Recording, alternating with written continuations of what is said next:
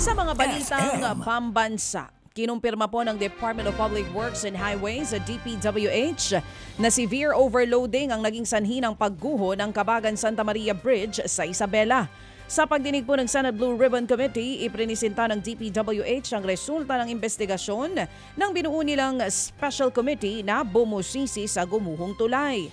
Ayon po sa ahensya, mga kapatid, may kinalaman din ang mismong disenyo ng tulay sa nangyaring pagguho.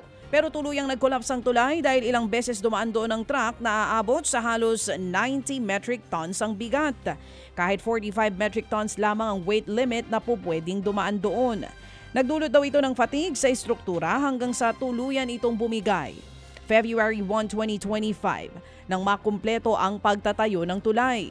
Hindi bababa sa 6 na katao ang sugatan nang gumuho ito noong February 27. Tiniyak naman po ng Commission on Elections o COMELEC na walang problema sa kanilang sistema kasunod ng pagkakaaresto sa Chinese na nahulihan ng spy equipment sa harap po yan ng kanilang opisina. Ayon kay COMELEC Chairman George Garcia, walang anumang election data ang nakatago sa main office sa Intramuros. Tinignan daw nila kung ang kanilang mga system tinignan din daw nila ang kanilang mga sistema at wala naman daw nakitang anumang aberya. Sa ngayon, na-inquest na po ang Chinese national na mahaharap naman sa patong-patong na mga reklamo. Ang kapal ng mukha niyo! Nagsagawa naman ng joint maritime exercises po ang Pilipinas kasama ang Amerika at Australia sa West Philippine Sea. Itinaos ang ika-9 nilang multilateral maritime cooperative activity kasunod po ng patuloy na pagiging agresibo ng China sa rehiyon.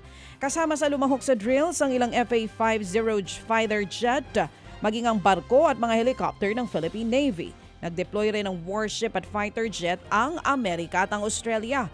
Kabilang po sa sinanay nila ang communication checks, rotary flight operations, vertical replenishment at maraming iba pa. Sa iba namang balita mga kapatid, hiniling po ng partidong Lakas CMD sa NBI na imbestigahan ang source ng kumakalat na dokumento kaugnay sa tinawag nilang Oplan Horus. Ito pong dokumento na nagsasaad daw ng mga plano para patalsikin ang mga Duterte. Kabilang sa nakapirma sa kumalat na dokumento ay si House Majority Leader Manix Dalipe na itinanggi na ang akusasyon.